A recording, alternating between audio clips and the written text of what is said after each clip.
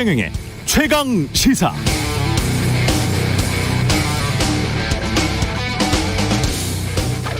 네, 2년에 걸친 코로나19의 위기가 거치고 나면 이제 우리를 둘러싼 경제 문제가 보다 뚜렷이 보일 텐데요.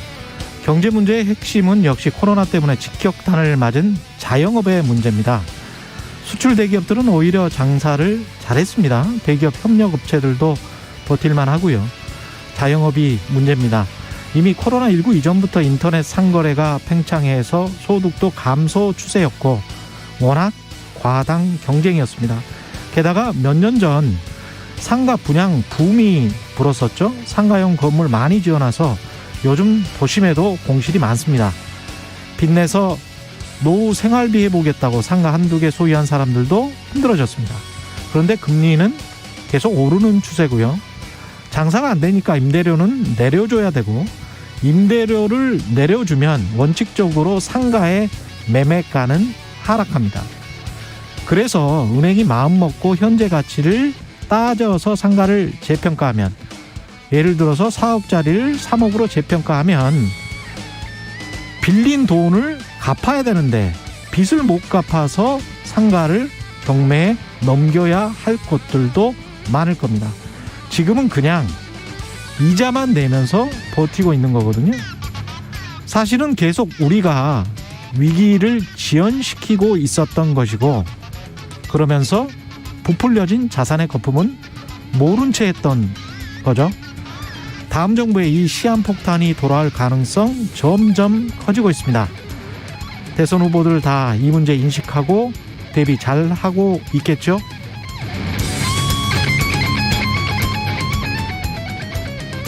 네, 안녕하십니까. 3월 3일 세상에 이익이 되는 방송 최경영의 최강시사 출발합니다. 저는 KBS 최경영 기자고요. 최경영의 최강시사 유튜브에 검색하시면 실시간 방송 보실 수 있습니다. 문자 참여는 짧은 문자 50원, 긴 문자 100원이들은 샵 9730 또는 유튜브에 의견 보내주시고요. 새로 버진 무료 콩 어플도 KBS 콩 어플 앱 많은 이용 부탁드리고요. 오늘은 더불어민주당 윤우덕 정책본부장, 국민의힘 원희룡 정책본부장과 함께 20대 대선 특별기획 오로지 공약 마지막 시간입니다.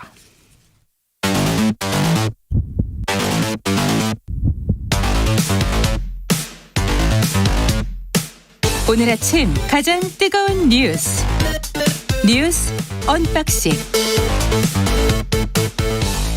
자, 뉴스 언박싱 시작합니다. 민동기 기자, 김민하 평론가 나와 있습니다. 안녕하십니까? 안녕하십니까? 예, 어제 새벽에 윤석열 후보, 안철수 후보 심야 회동을 갖고 단일화를 잠정 합의하기로 했습니다. 오늘 8시에 무슨 기자회견을 한다고 하니까요. 국회 정론관에서 일단 오전 중에 기자회견을 한다라고 하고요. 일단 대충 지금까지 언론을 통해 보도된 내용을 보면 안철수 후보가 윤석열 후보 지지와 지원 유세에 나서고요. 예. 그리고 향후 윤석열 후보가 대선에서 승리하게 되면 인수위 단계부터 인사권 등을 공동으로 행사하고 향후 통합정부를 구성한다. 뭐 이 같은 내용에 합의를 했다라고 합니다. 예. 두 후보가 어제 마지막 TV토론이 있지 않았습니까? TV토론 마치고요. 강남 쪽으로 이동을 한 것 같아요. 그래서 자정 무렵부터 한 2시간 30분 동안 회동을 했다라고 하고, 그 회동 자리에는 국민의힘 쪽에서는 장제원 의원이 참석을 했고, 예. 국민의당 쪽에서는 이태규 의원이 배석을 한 것으로 지금 전해지고 있습니다. 그리고 원래 여론조사 공표가 이제 금지가 되잖아요.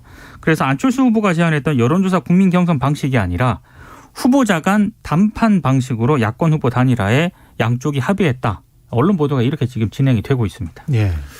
그러니까 이 소식이 바로 이런 만남을 갖기 바로 몇 시간 전에 TV 토론을 한 거 아니겠습니까? 그렇죠. 예. 근데 그 TV 토론에서 안철수 후보가 이 대안은 본인뿐이다 이렇게 주장을 했는데 바로 몇 시간 뒤에 이렇게 단일화한다라고 하는 입장 변화를 유권자들이 어떻게 받아들일 것인가 좀 혼란스러운 부분은 분명히 있습니다. 그러니까 안철수 후보를 지지했던 유권자들 말씀하시는 거죠? 그렇죠. 뭐 안철수 후보를 지지한 유권자들도 그렇고 전반적으로 약간 당황스러운 측면들이 있죠. 그래서 이게 안철수 후보의 정치가 사실 좀 이렇게 좀 언제나 좀 이렇게 예측 불가능했던 그런 측면들이 또 있었다 이런 생각들이 나면서 이번에는 안일하다, 철수하지 않는다. 그렇죠.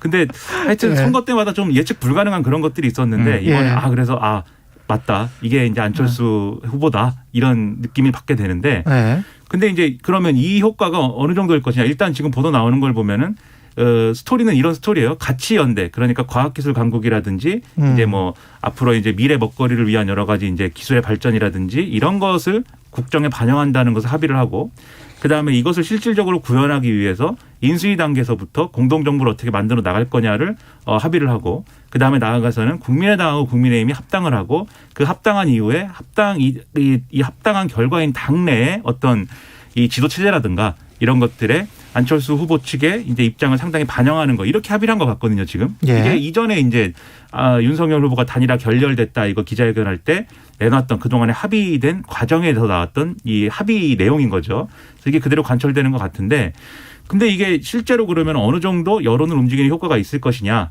이거 좀 분석을 해봐야 되겠는데 근데 지금까지 여론조사를 쭉 보면은 흐름을 보면은 안철수 후보가 최대 이제 10% 이상 이 지지율이 나올 때의 지지율이 이제 좀 반토막입니다. 그래서 이 반토막 난 거는 이제 상당 부분 이제 윤석열 후보 쪽으로 갔거나 이제 무당층으로 빠졌거나 이제 그럴 것인데 그런데 지금 이제 이 단일화를 이제 여러모로 이 단일화에 대한 피로감도 있고 이 시너지 효과가 많이 떨어졌다 이런 평가들을 하지 않습니까? 그래서 지지율의 변동이나 이런 걸 보면은 윤석열 후보로의 결집이 일부 일어나겠지만 완전히 안철수 후보가 갖고 있는 지지율이 다 지금 뭐 윤석열 후보로 흡수된다 이렇게 보기 어렵고 분산될 것이다. 그렇죠. 오히려 지금 남아있는 안철수 후보의 지지율이 그동안의 여론조사 결과를 분석해보면 반반 정도 되는 것 같거든요. 반 정도는 윤석열 후보로 갈 수 있는 지지율이고 반 정도는 오히려 이제 이재명 후보로 갈 수도 있는 그런 지지율인 것이기 때문에 아마도 이제 단일화 선언을 하고 그 이후에 어떻게 하느냐에 달린 문제이긴 하겠지만 좀 박빙인 어떤 상황, 양강 후보의 박빙인 상황은 어느 정도는 유지가 될 것이다라고 생각이 됩니다. 어떻게 그러니까 보세요? 예. 결국에는 초박빙 승부로 가기 때문에 윤석열 후보 쪽에서 안철수 후보와의 단일화를 굉장히 급하게 서둘렀던 것 같고요. 예. 결국에는 이 단일화 효과의 문제인데 방금 김연아 평론가가 말씀을 하신 것처럼 이미 윤석열 후보 쪽으로 그 지지율이 그 안철수 후보를 지지했던 표층이 윤석열 후보 쪽으로 가는 거는 다 같다고 생각을 하거든요. 단일화 결렬 선언을 했을 때부터 그리고 실제로 안철수 후보에 대한 지지율이 빠지기도 했고요. 그러면 이제 지금 지지율이 어디로 갈 것인가 솔직히 이건 예측을 하기가 어렵습니다만 다만 한 가지 변수는 이번 대선이 초박빙 승부라는 거. 그래서 굉장히 이 안철수 후보를 지지했던 표심이 어디로 향할지가 굉장히 관심인데 그건 쉽게 단정할 수 없다는 거. 하지만 마지막 변수는 지금 이재명 후보 쪽에서 마지막에 지금 한 대선 일주일 정도 남겨두고 윤석열 후보를 거의 지금 굉장히 따라오는 양상이었잖아요. 거의 초박빙이었죠. 초박빙이고 뭐 일부 여론조사는 뭐 오차범위 내에서 조금 앞서는 그런 여론조사도 하나 나오기도 했었거든요.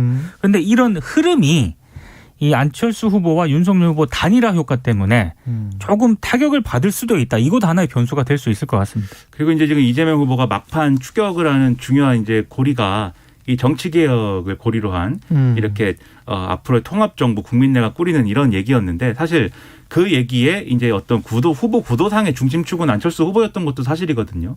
근데 이 부분이 이제 윤석열 후보 쪽으로 어쨌든 간다고 하면은 이재명 후보가 주장하는 정치개혁 방안이나 이런 것들이 다소 이제 이 빛을 잃을 가능성들이 있습니다. 그런데 그게 이제 안철수 후보가 윤석열 후보가 단일화를 했으니까 더 이상 그런 정치개혁은 얘기하기 어렵겠군요. 이렇게 하면 오히려 이제 피해가 커지는 것이기 때문에 이재명 후보는 뭐 그렇든지 말든지 중단 없이 어쨌든 정치개혁 주장을 밀고 나간다. 그리고 실제로 이재명 후보가 당선되면 좀 여러 세력 간의 어떤 통합이나 이런 것들을 통합정부나 이런 것들을 여전히 시도한다. 이런 주장을 이제 계속 해야 될 것 같은데 근데 이게 계속 방금도 말씀하셨지만 이재명 후보 쪽에서 추격을 하는 그림이었기 때문에 이 안철수 후보로의 어떤 단일화, 이 윤석열 후보와 안철수 후보의 단일화 효과 이런 게 추격세를 꺾는 어떤 그런 요인이 될 수도 있어요. 그래서 이것에 어떻게 현명하게 대응하느냐가 이재명 후보로서는 과제겠죠. 이준석 당대표가 어떻게 이제 반응할지도 궁금하고 그다음에 김종인 전 위원장이 어떻게 반응할지도 궁금하고 이런 것들이 이제 남아있는 마지막 플레이어들의 선택 정도가 될 것 같고요. 근데 이게 기사에는 반영이 안 됐지만 그렇겠죠. 두 양쪽에서 어제 2시간 30분 동안 회동을 할 때 이준석 대표에 관한 얘기도 나오지 않았을까 저는 조심스럽게 추정을 하고 있습니다. 근데 이제 그 문제는 이준석 대표는 일단은 지금 환영할 겁니다. 왜냐하면 이준석 대표가 그동안 계속 해온 얘기가 이렇게 무슨 협상을 하고 단일화를 뭐 여론조사를 통해서 하고 뭐 이런 것은 그런 건 필요 없고 정권 교체 대의를 위해서 안철수 후보가 사퇴를 하면 그에 걸맞는 예우를 하겠다. 이게 이준석 대표 주장이었거든요. 근데 정확하게 지금 상황은 거기에 맞는 상황입니다. 안철수 후보가 사퇴를 그렇네요. 하고 거기에 대한 예우를 받는 거잖아요. 결과적으로. 개인적 감정은 차치하고. 그렇죠. 예. 이건 정치는 당대표가 개인적 감정으로 하는 것은 아니기 때문에 예. 일단은 이제 환영 입장을 내야 될 거예요. 그 환영할 겁니다. 환영 실제로. 입장은 분명히 낼 겁니다. 그렇죠. 그렇습니다. 예, 근데 그 안에서 이제 또 어떤 일이 벌어지는지 왜냐하면 지금 장제훈 의원이 여기에서 확실하게 윤핵관으로서 개입을 해서 성사를 시켰고 그리고 장제원, 안철수가 사실은 이준석과 이 과정에서 최근 몇 개월간의 가장 불협화음을 낸 당사자들이죠. 갈등의 당사자들이거든요. 그래서 그 다음에 어떤 상황이 전개될지는 잘 모르겠습니다. 근데 최근에 예. 이준석 대표가 또 장제원 의원이 그 협상을 한 거에 대해서는 문제가 없다고 또 그랬어요. 그런 점을 이제 고려를 해보면 선거 전에 뭐 분위기를 망치거나 이준석 대표가 그러지는 않을 것 같고 다만 이제 그런 생각을 할 겁니다. 어쨌든 안철수 후보하고의 이 국민의당과 합당을 하면 이 만약에 윤석열 후보가 뭐 집권을 할지 어떨지 모르겠습니다만 만약에 집권을 한다고 하면 그 이후부터는 이 안철수 후보하고 이준석 대표 경쟁 관계 되는 거거든요. 예. 당권을 둘러싼 것이든 아니면 정말 어떤 5년 후에 대권을 둘러싼 것이든 예. 어쨌든 그 국면에서는 경쟁 관계가 되는 것이기 때문에 그것까지 고려한 나름의 정치인으로서의 생각은 분명히 하겠죠. 예.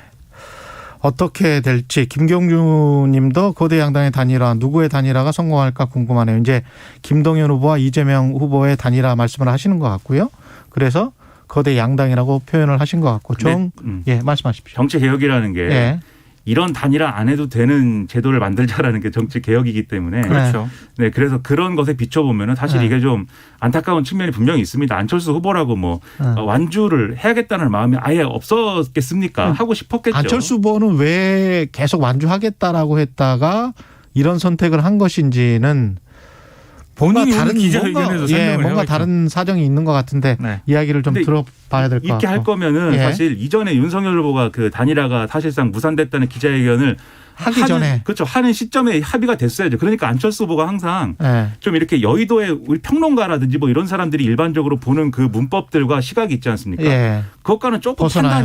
판단이 달라요 항상. 예. 그래서 막 이렇게 혼란스러워지는데 뭐 아무튼 본인의 생각이 있었겠죠. 그리고 이제 나름대로 완주를 하고 싶었지만 예를 들면 임명진 목사라든지 좀 주변에서 받쳐줘야 될 주변의 사람들까지도 어쨌든 이건 어제 아니다라고 최강 시사에서 그 이야기 했죠. 네, 그렇죠. 이명진 목사가. 이건 예. 아니다라고 막 하는 상황에서 예. 거기다가 이제 뭐 지금까지의 이제 뭐 그 유세 차량 사고도 있고 여러모로 좀 동력을 잃는 상황이 좀 작용했을 가능성은 있을 것 같습니다. 근데 한 가지 좀 이해가 안 가는 대목은 분명히 있습니다. 예. 왜냐하면 윤석열 후보가 사실상 결렬 어떤 기자회견을 지난주에 했잖아요. 그렇죠. 그때 당시 밝혔던 그 내용하고 예. 지금 아직은 완전체가 지금 합의 내용이 좀 완전히 보도가 안 되긴 했습니다만 비슷한 거 아니에요? 지금? 지금까지 나온 언론 보도만 예. 보면은 거의 바뀐 게 없거든요. 그렇죠. 그러면 이게 도대체 아. 사실상 결렬과 예. 사실상 잠정 합의에 이 간격에 뭐가 있었던 건가? 어떤 다른 게 있을 수도 있는데 이거는 뭐 몇 년 후에나 몇십 년 후에 나올 수 있는 이야기겠죠. 당장 내일 안철수 후보를 당장. 여기 불러가지고 인터뷰를 예. 한번 해보세요. 할 수가 없어요. 이렇게 되면 조규민님은 제외 국민투표한 사람들은 어쩌라고 이런 말씀을 하셨는데 이 말씀도 좀 일리가 가요. 이미 그렇죠. 제외 국민투표가 끝났고 그렇습니다. 네. 200개국 가까운 이런 여러 곳에서 사시는 제외 동포들은 아주 멀리 가가지고 투표를 했을 거란 말이죠. 그렇죠. 그중에서 이제 안철수 후보를 찍은 분들도 있을 텐데. 분명히 있죠. 예. 그렇습니다. 어떻게 이제 판단을 하실지는 국민들의 판단이고요. 마지막 TV 토론 이야기를 해보겠습니다.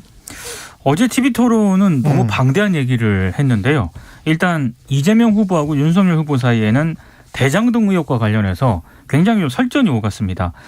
윤석열 후보가 이재명 후보의 대장동 의혹을 거론을 하면서 이런 후보가 아이 키우고 싶은 나라의 미래를 얘기한다는 건 국민을 좀 우습게 보는 처사 아니냐라고 얘기를 했거든요. 그러자 이재명 후보가 몇 번째 울고 먹는지 모르겠는데 아예 대선 후 특검을 통해 시시비비를 좀 가리자 이렇게 제안을 했습니다. 그러니까 제안을 했는데 대장동? 예, 대장동 특검을 하자 이재명 후보가 이렇게 제안을 했는데 특히 문제가 드러날 경우에 대통령이 되더라도 책임을 지자 동의하느냐 이렇게 물었는데 이 발언을 듣고 윤석열 후보가 이거 보세요라고 목소리를 높였고요. 예. 그 뒤에 이재명 후보는 계속 동의합니까라며 3번 정도를 계속 똑같이 얘기를 했거든요. 한 4번. 예. 그렇습니다. 그래서 여기에 대해서 이제 윤석열 후보가 가타부타 뭐라고 얘기는 분명히 안 했습니다. 그런데 굉장히 이 과정에서 약간 격한 발언들이 좀 오갔고요. 그리고 어제 또 이 성인지 감수성 뭐 예산이라든가 페미니즘과 관련해서도 굉장히 좀 윤석열 후보가 약간 코너에 몰리는 듯한 그런 상황이었거든요. 예. 그러니까 이재명 후보가 윤석열 후보가 성인지 예산 30조 원 가운데 일부만 떼면은 북한 핵 위협을 막을 수 있는 무기를 살 수 있다 이런 취지로 발언을 했잖아요. 예. 성인지 예산이 뭔지 성인지 예산에서 어떤 것을 삭감해서 국방계에 쓸 수 있는지 좀 말씀을 해달라 이렇게 얘기를 했는데 윤석열 후보가 이렇게 답을 합니다. 성인지 예산은 부처에 흩어져 있는 예산 가운데 여성에게 도움이 된다는 차원으로 만든 예산이다. 이렇게 얘기를 하거든요. 여기에 대해서 또 뭐 심상정 후보가 또 반박을 하고 이런 상황이 좀 벌어지기도 했습니다. 그러니까 이제 대장동 얘기는 뭐 어제는 그래도 토론이 이런 지금 말씀하신 이제 복지 제도라든가 그리고 이제 어제 사회부장 토론이었으니까요. 그렇죠. 예. 출산율 제고라든가 인구 문제라든가 네. 이런 것들에 대해서 정책적으로 서로 검증하는 국면이 잘 이제 그런 토론이 되고 있다라고 생각했는데 한참 그렇게 됐었어요. 네. 예.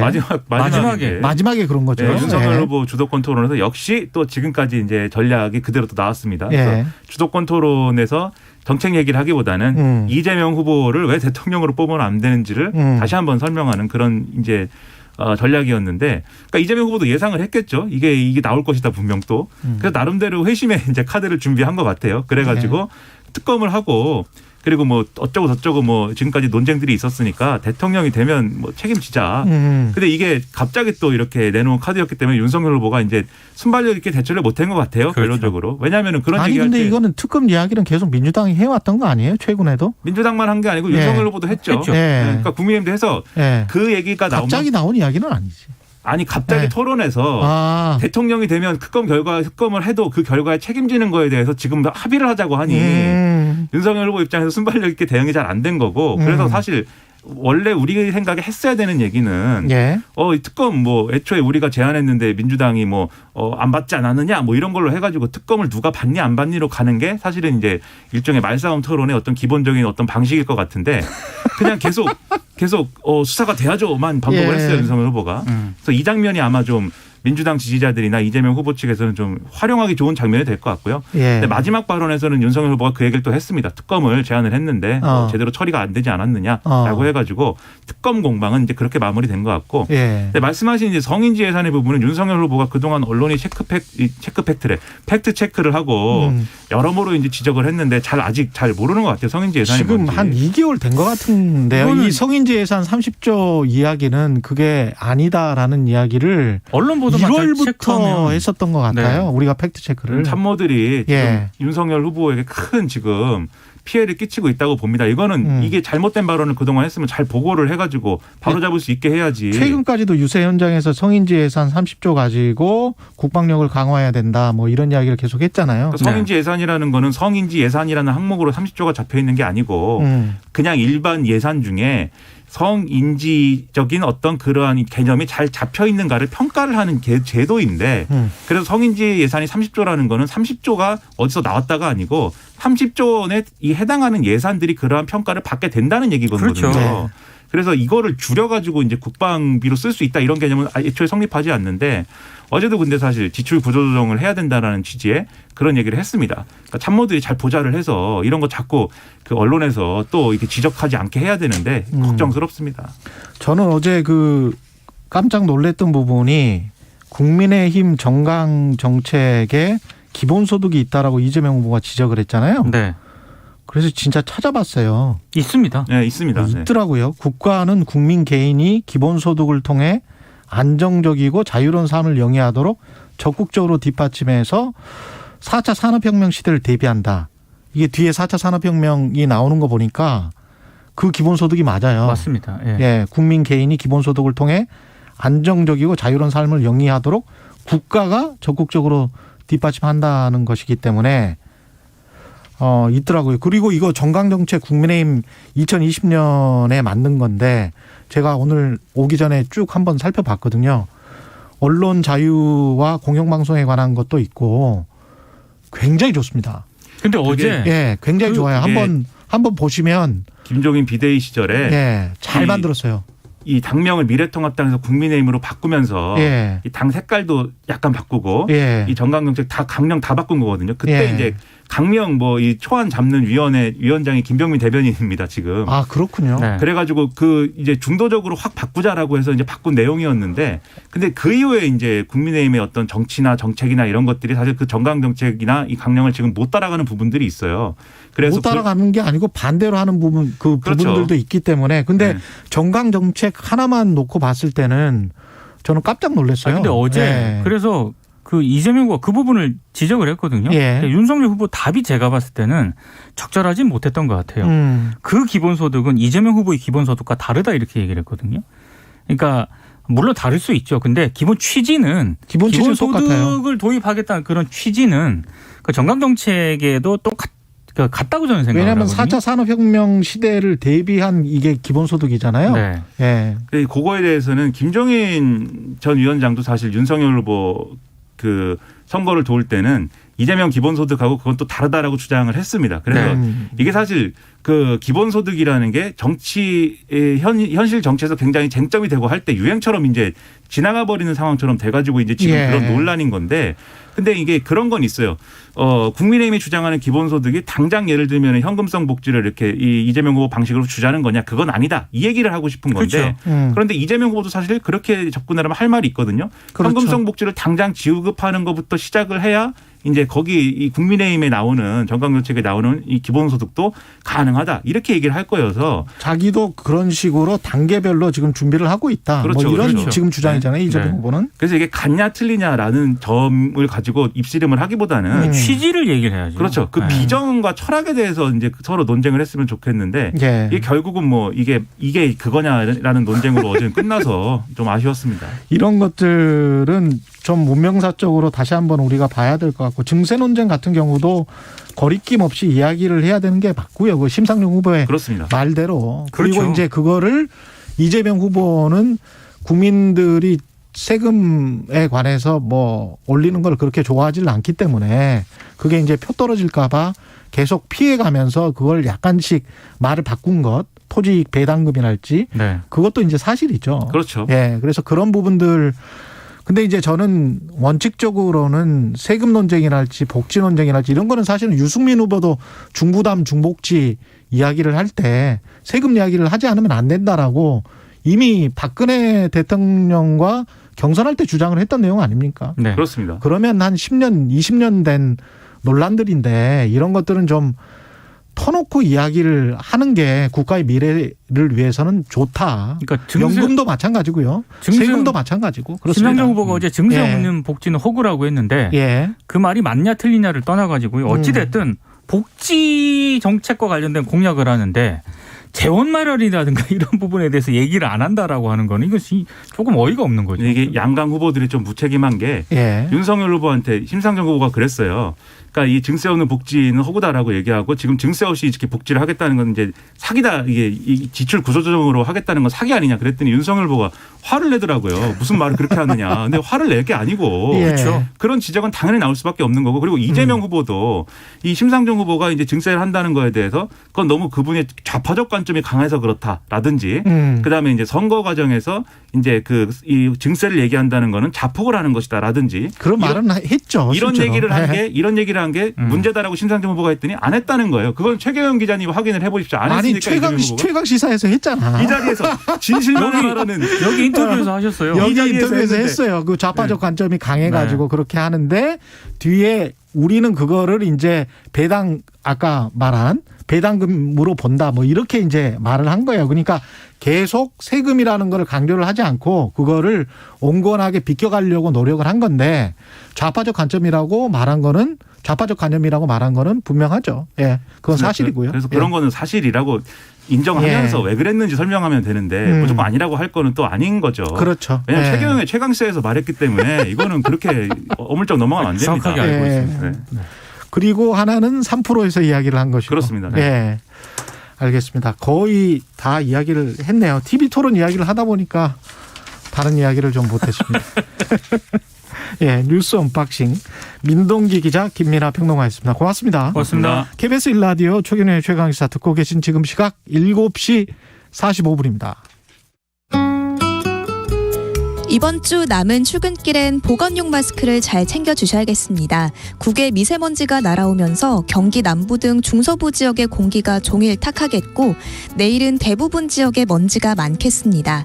지금 서울의 기온 영상 1도 선으로 어제 같은 시각보다 3도 정도 높은데요. 수도권은 습도가 매우 높은 가운데 안개 낀 곳이 많아 주의가 필요합니다. 한낮엔 서울이 영상 11도, 대전과 제주 15도, 광주, 대구는 16도 안팎까지 크게 올라 온화하겠습니다. 동쪽 지역의 대기는 아직 메말라 있습니다. 전국의 산불경보도 경계 단계 유지하고 있고요. 경상권, 강원 영동, 특히 강원 산지는 오전까지 바람도 매우 강하게 불겠습니다. 내일은 낮부터 중부지방과 전북 북부에 비 소식이 있는데요. 밤까지 경기 동부와 강원 내륙 산지에 5mm 정도, 그 밖에 중부지방은 더 적은 양이 오겠습니다. 지금 서울의 기온 영상 1도, 습도는 92%입니다. 박다효입니다. 이어서 이 시각 교통정보입니다. KBS 교통정보센터의 정현정 씨입니다. 네, 목요일 출근길입니다. 도로 위가 평소보다 많이 막히고 있는데요. 먼저 경부고속도로입니다. 서울 방향으로 양산부터 막히기 시작했고요. 수원에서 천천히 갑니다. 양재에서 반포까지 역시 밀리고 있습니다. 반대 부산 쪽으로는 한남에서 서초까지와 신갈분기점에서 수원까지 밀리고요. 더 가서는 동탄분기점에서 정체입니다. 경인고속도로 상황은 서울로 들어오는 차들이 많은데요. 신월 부근부터 막히고요. 반대 인천 쪽으로는 인천요금소에서 서인천까지 속도 줄여서 지납니다. 서해안고속도로 상황 서울 방향으로 일직분기점에서 금천까지 밀리고 있습니다. 반대 목포 쪽으로는 팔곡터널에서 용담터널까지와 매송휴게소에서 비봉까지 천천히 갑니다. 안전한 출근길 되시기 바랍니다. KBS 교통정보센터에서 정현정이었습니다.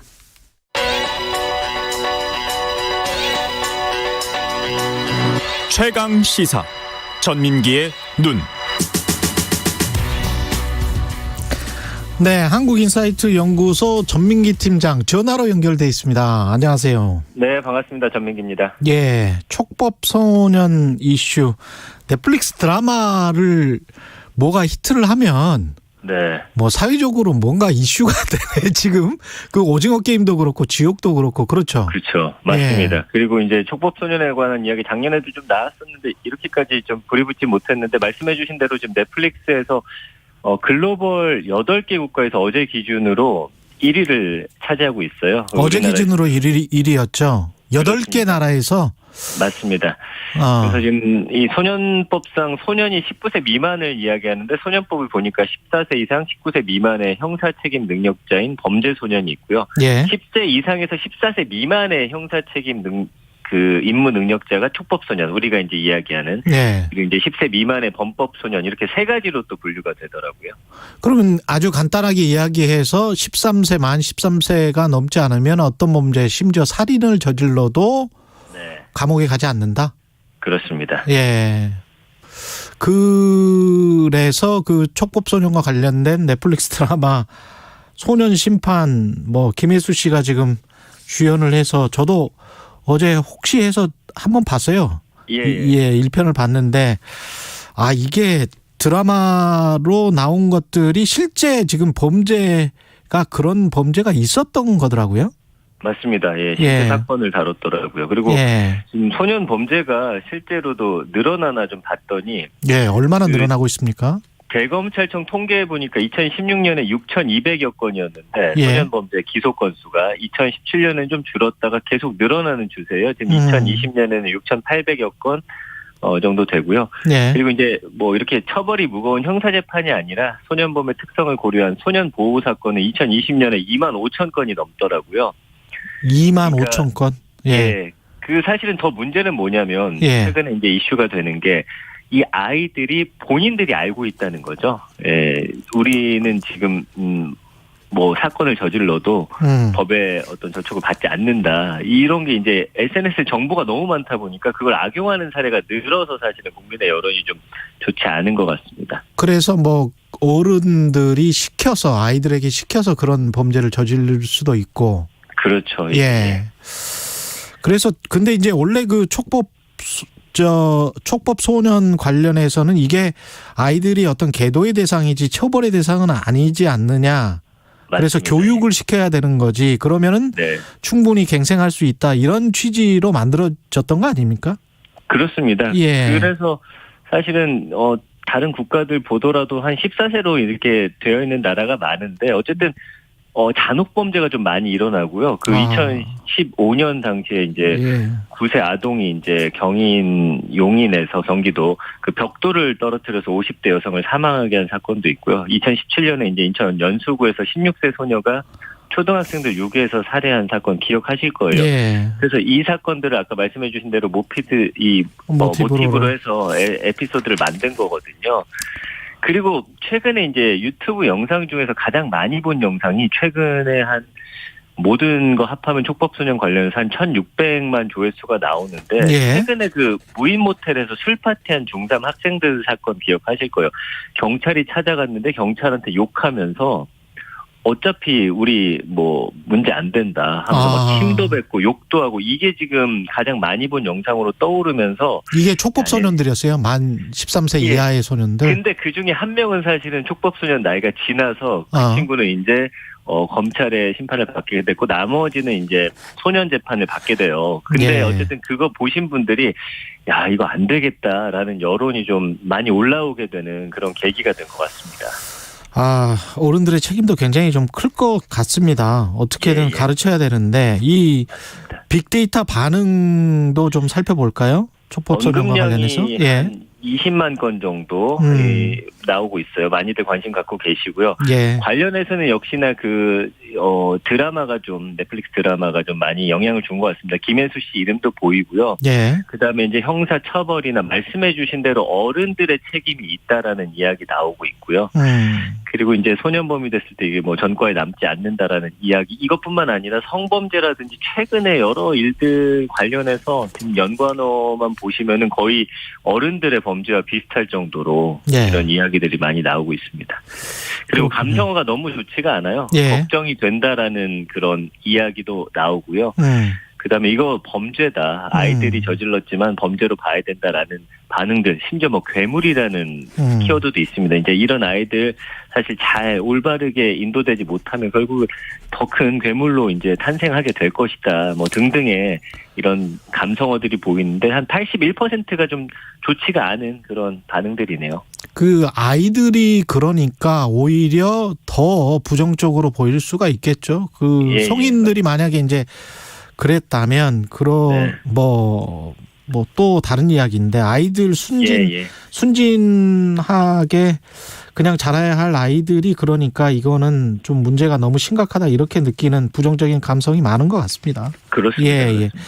이러다 보니까 이제 대선 후보들도 촉법소년 기준 연령을 좀 낮추자 이런 공약이 나왔습니까? 맞습니다. 그래서 특히나 이제 촉법소년 기준 연령을 손보는 공약을 좀 줄줄이 내놓고 있어요. 예. 이 현행 촉법소년 기준이 1958년 이후 그대로다라는 근거를 좀 많이 제시하고 있고 이재명 더불어민주당 후보는 구체적인 하한선을 밝히진 않았지만 지금보다는 기준 나이를 내리겠다는 공약을 밝혔고요. 예. 국민의힘 윤석열 후보 같은 경우 그리고 지금 뭐 오늘 단일화했지만 안철수 후보, 국민의당 안철수 후보 같은 경우는 만 12세로 하향하겠다고 이제 나란히 약속을 했었고요. 반면에 이제 심상정 정의당 후보 측은 이거 아동인권 후퇴시키는 행위다라고 하면서 반대 의사를 밝혔습니다. 말씀해주신 대로 이 아이들은 교육하고 계도해야 된다라는 그런 취지로 이야기를 하고 있습니다. 예, 다른 국가들 연령은 어떻게 됩니까? 촉법소년 연령이? 보니까 독일, 일본, 오스트리아가 만 14세고요. 미국은 이제 주에 따라 다른데 만 7세인데도 있더라고요. 만 14세 이렇게 차이가 좀 있고요. 중국은 만 16세, 프랑스 만 13세, 캐나다 만 12세, 영국 만 10세, 호주가 만 10세거든요. 그러니까 만 10세부터 14세까지 좀 다양합니다. 국가별로. 이것뿐만이 아니고 사실은 대학생이 돼도 우리는 뭐 성인이라고 생각을 하지 않은 측면도 있잖아요. 않는 측면도. 그러면서 아이들이 그러다가 말았지 뭐 이런 생각도 하는데 그건 아닌 것 같습니다. 전민기의 눈이었습니다. 감사합니다. 2022년부터 생활 습관을 바꾸면 포인트가 쌓입니다. 현금처럼 쓸 수 있는 탄소 중립 실천 포인트로 기분 좋은 소비하세요. 배달 음식은 다회용기로, 종이 영수증 대신 전자 영수증으로 간편하게 무공해 자동차로 대여하고 리필 스테이션에서 화장품과 세제를 리필 받으세요. 기후변화에 대처하기 위한 탄소 중립 실천. 익숙해지면 일상생활이 됩니다. 탄소 배출은 줄이고 포인트는 늘리고 미래를 위한 기분 좋은 탄소 중립 실천 포인트 적립. 지금부터 시작하세요. 이 캠페인은 환경부와 한국환경공단이 함께합니다. 대한신경과학회 이사장 홍승봉입니다. 국민 10명 중에 3명은 우울증을 겪고 있습니다. 의욕상실, 우울감, 짜증, 불면증, 소화장애, 기억력 저하 또는 가슴 답답함이 있으면 우울증을 의심하세요. 우울증은 신경과, 정신건강의학과, 가정의학과, 내과 또는 소아청소년과에서 편하게 치료를 받으시면 됩니다. 그리고 가까운 사람과 대화를 하세요. 우울증은 조기에 치료할수록 회복이 빠르며 방치하시면 절대로 안 됩니다. 이 캠페인은 대한신경과학회와 함께합니다.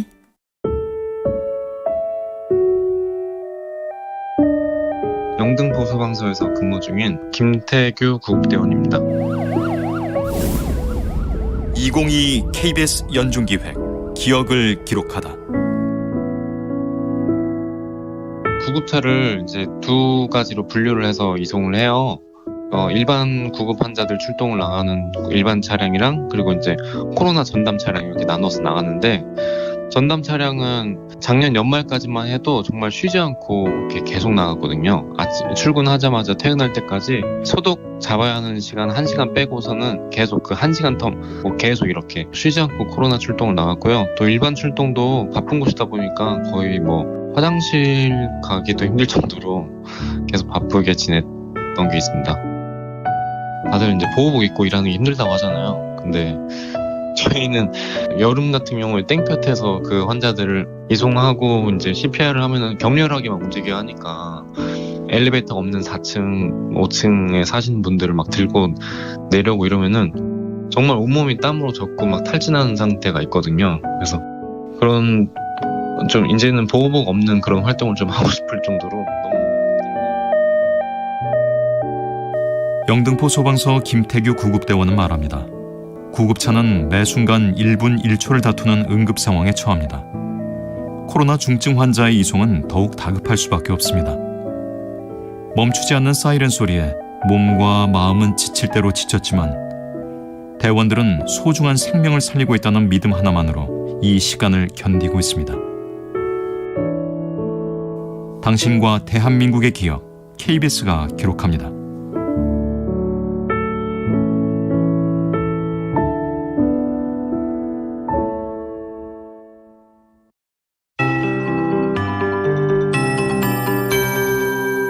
KBS 58분 날씨.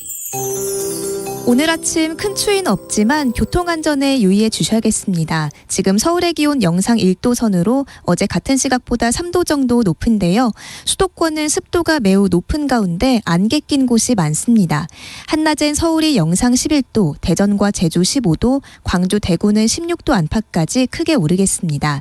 수도권은 벌써 초미세먼지 농도가 높아진 곳들이 있는데요. 국외 미세먼지 유입으로 오늘 중서부 지역의 공기질이 좋지 않겠고 내일은 대부분 지역에 먼지가 많아지겠습니다. 동쪽 지역의 대기는 아직 메말라 있습니다. 강원, 영동, 경상권, 전남 동부와 충북 북부에 건조특보 이어지고 있고요. 전국의 산불경보도 가장 높은 단계의 직전 단계인 경계 수준 유지하고 있습니다. 강원, 영동과 경상권은 오전까지 바람도 매우 강하게 불겠는데요. 강원 산지는 순간 풍속이 초속 25m를 넘나들며 몰아치겠습니다. 안전과 화재 예방에 유의해 주시기 바랍니다. 내일 비 소식이 있긴 하지만 양은 많지 않습니다. 낮부터 동해안을 제외한 중부지방과 전북 북부에 내릴 텐데요. 밤까지 경기 동부와 강원 내륙 산지에 5mm 정도 예상됩니다. 지금 서울의 기온 영상 1.1도, 습도는 92%입니다. 박다효입니다.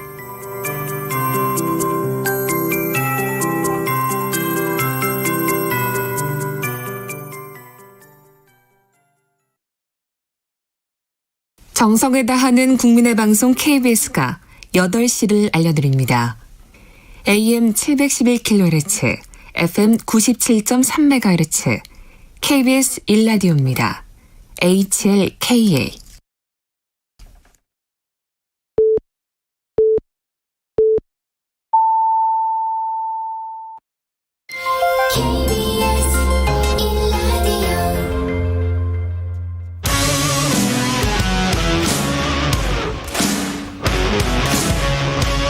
오늘 하루 이슈의 중심 최경영의 최강 시사.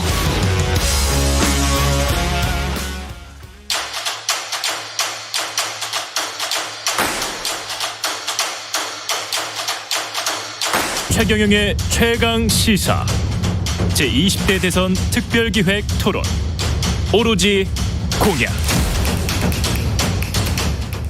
네, 소모적인 정치 공방되고 TV 공방은 지금까지만으로도 충분합니다. 오로지 정책, 오로지 공약. 매주 목요일 여야 유력 대선 후보들의 국정 운영 청사진, 정책 공약을 들어보는 시간인데요. 예, 여야 선대본의 정책 책임자 두 분 나오셨습니다. 더불어민주당 선대본 윤우덕 정책본부장님 나오셨습니다. 안녕하십니까? 네, 반갑습니다. 예. 안녕하세요.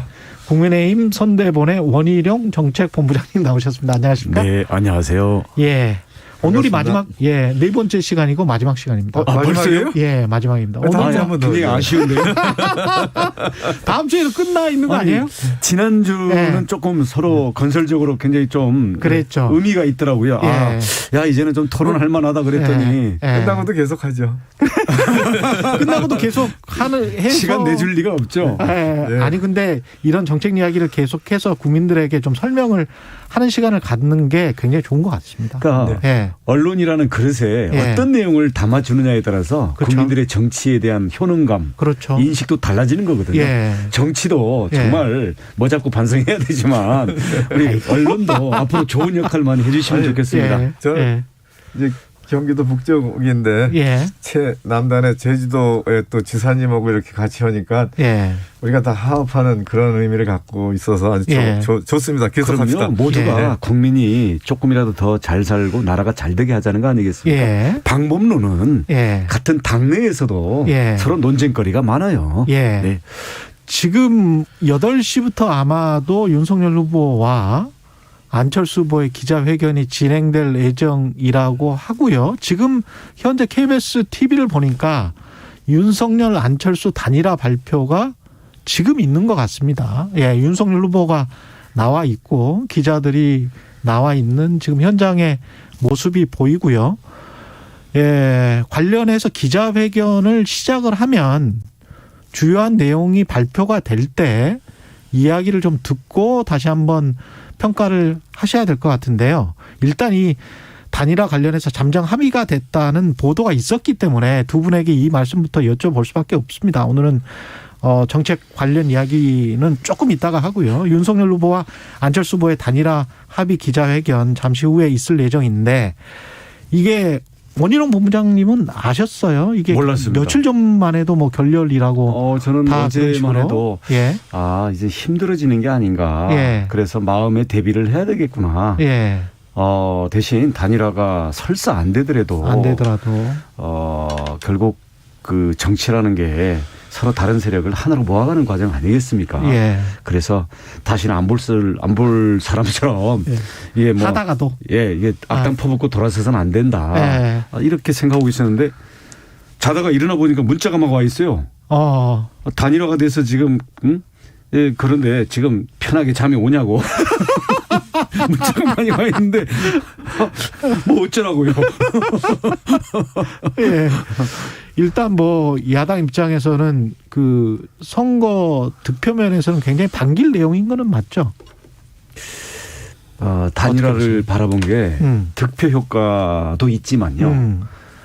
전체적인 큰 그림의 효과가 더 큽니다. 예. 그리고 결국 윤석열 후보의 어떤 포용력이나 리더십 그리고 앞으로 이 정치는 아무래도 지금 8개월밖에 안 된 신인이지 않습니까? 예. 그럼 이 정치의 험한 세상 속에서 어떤 정치력을 앞으로 쌓아나가는가 이런 거와 연결되기 때문에 저희가 그런 내용적이고 질적인 면에 대해서 더 값어치가 크다고 봤지 사실 단일화됐을 때 저 표가 만약에 지지율이 5%라 그러면 저게 4대 1로 오는 건지 3대 2로 오는 건지 2.6 대 2.4인지 이거는 사실 알 수 없어요. 예.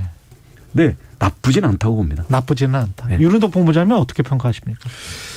민주당 입장에선. 저도 새벽에 이제 여기 KBS 나오면서 예. 그때 보셨어요? 예. 예. 네, 결국은 이제 정치를 정치인들이 하죠. 근데 더 큰 정치는 국민들이 하시는 거죠.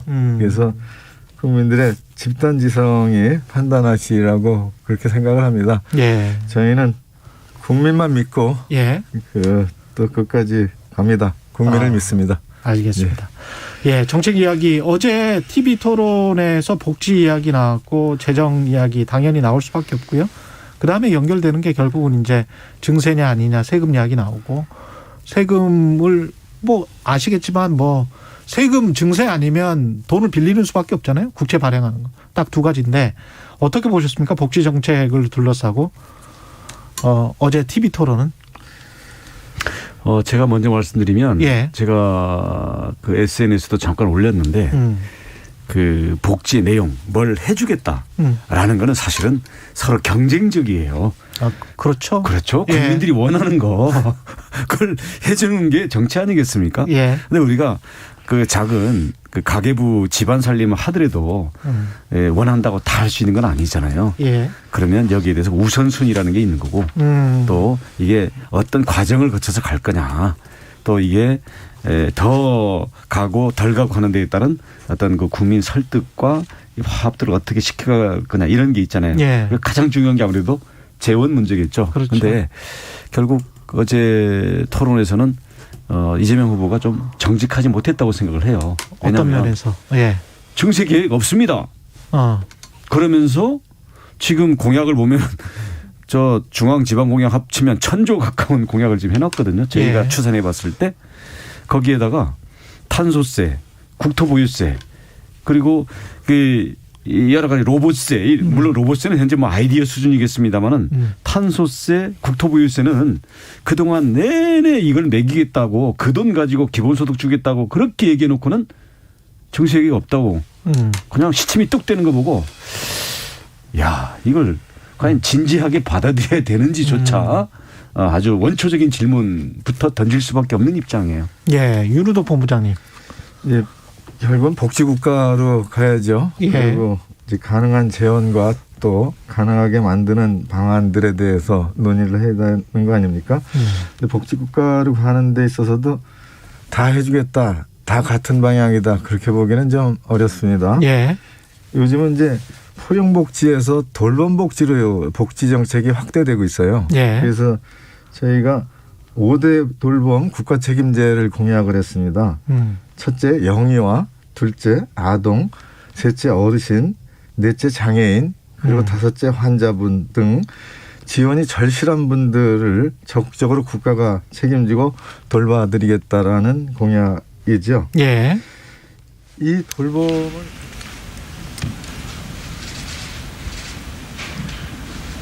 사랑하는 국민 여러분,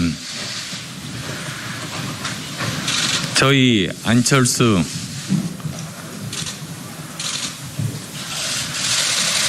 말씀하시죠. 아니, 계속 할까요? 네. 예. 다시 말씀드리겠습니다.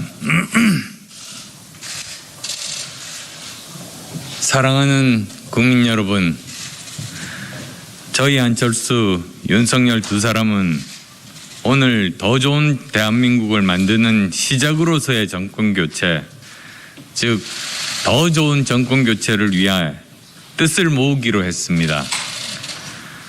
오늘부터 정권 교체를 향한 국민의 여망을 담아 국민 통합과 대한민국의 미래로 가는 대장정을 시작합니다.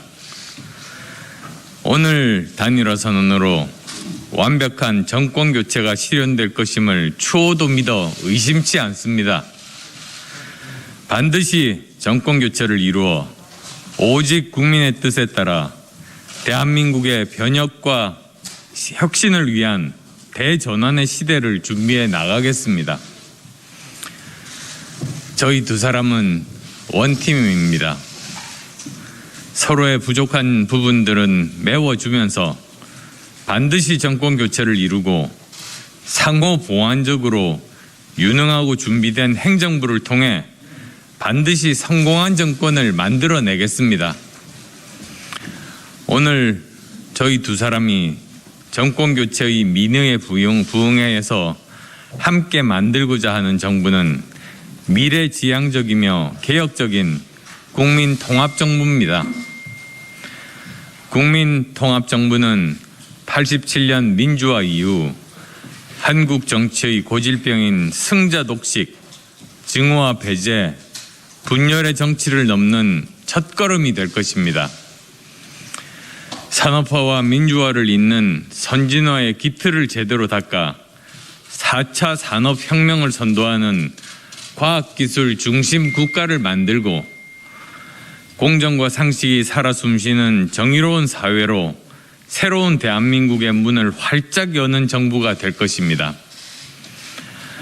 국민통합정부를 통해 지난 4년 반 동안 내로남불, 거짓과 위선, 불공정 등으로 비정상으로 점철된 모든 국정 운영을 정상화시킬 것입니다. 국민 여러분, 국민통합정부가 나아갈 방향을 말씀드리겠습니다. 첫째, 국민통합정부는 미래정부입니다. 우리는 과거가 아니라 미래를 보고 가겠습니다. 적폐청산 등 퇴행적 국정 운영이 아니라 미래를 대비하는 국정 과제들을 만들고 실행에 옮기는 것이 더 중요합니다. 이념 과잉과 진영 논리를 극복하고 특정 집단에 경도된 정책을 과감히 걷어내고 오직 대한민국의 미래를 위해 가장 필요한 실용 정책을 중심으로 국정을 운영할 것입니다. 둘째, 국민통합정부는 개혁정부입니다. 정권이 필요한 개혁이 아니라 시대가 요구하고 국민이 필요로 하는 개혁을 반드시 해낼 것입니다. 정권의 부담이 되더라도 국민과 국가의 미래와 지속 가능성을 위해 필요한 개혁 과제들을 책임 있게 추진해 나가겠습니다. 국가와 국민을 위해 꼭 해야 할 개혁 과제들을 외면하거나 차기 정부로 떠넘기는 비겁한 짓은 결코 하지 않을 것입니다. 네, 지금 안철수 후보가 윤석열 후보와 단일화 발표를 하고 있고요. 지금 들으셨는데 완벽한 정권교체, 반드시 정권교체, 그리고 그 정권교체를 한 정부는 미래의 정부고 민의에 부응해서 미래지향 개혁적인 국민통합정부를 이뤄내겠다, 이런 이야기였습니다. 예, 원희룡 정책본부장님 어떻게 들으셨는지.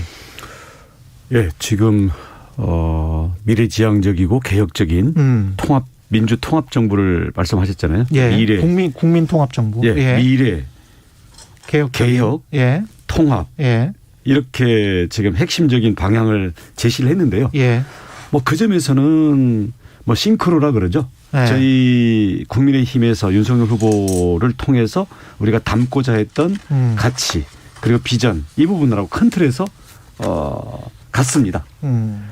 대신 구체적인 내용에 들어가면 예를 들어서 과학 기술이라든지 안철수 후보가 좀 더 강조하고 좀 더 구체화되어 있는 부분들이 있겠고요. 예. 이런 부분으로 앞으로 서로 보완적으로 접목이 되겠죠. 예. 이제 그동안 어떤 이 구체적인 정치 제도나 이런 면에서는 서로 좀 더 논의가 필요한 부분이 있을 텐데 예. 그런 점보다는 이제 정권 교체를 통해서 예. 민생 그리고 개혁 과제들에 대해서 함께 힘을 합치겠다라는 것이 됐기 때문에 그런 면에서는 우리 국민의힘 입장에서도 정책 선택의 폭도도 넓어지고요. 예. 인재의 풀을 활용할 수 있는 그 폭도 넓어지기 때문에 한국 정치를 위해서나 앞으로 정권 교체 후에 국정 운영을 위해서도 큰 도움이 된다고 생각합니다. 예.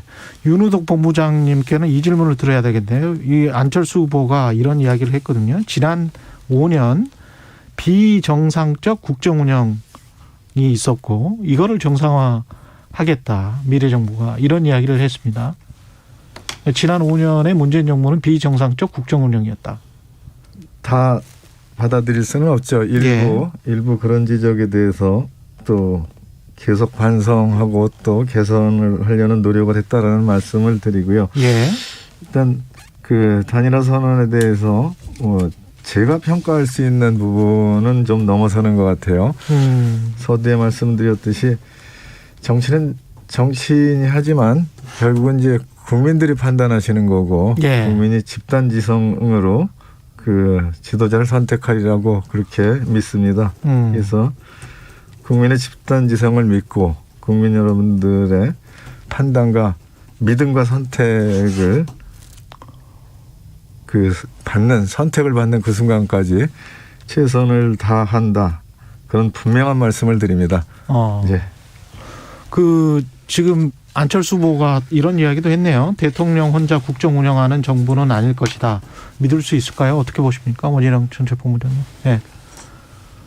실제로 국정은 대통령 혼자 하기에는 너무나 넓고 일이 많습니다. 근데 구체적으로 거기에서 어떤 그 정치적인 서로 간의 역할 분담들을 하느냐. 그냥 대통령이라는 것은 권력의 어떻게 중심 아니겠습니까? 그럼 권력에 대한 어떤 편성과 서로 간의 역할 분담 그리고 견제 관계 이걸 어떻게 가질 거냐인데 이런 점에 대해서는 오늘 단일화가 이루어졌기 때문에 그런 그 점에서는 서로가 뜻을 잘 맞춰서 질서를 잘 만들어내야 되겠죠. 지금 윤석열 후보가 이야기를 잠깐 했었는데 다시 또 안철수 후보가 이야기를 하네요. 대부분의 기자회견 상황은 지금 안철수 후보가 주로 이야기를 하는 상황인 것 같습니다. 그러니까 그 주요 요지는 안철수 후보는 윤석열 후보를 지지하고 윤석열 후보는 국민통합정부를 만들겠다. 이게 이제 주요 내용이 되겠습니다. 민주당 입장에서는 선거 막판에 굉장히 좀 곤혹스러운 상황입니다.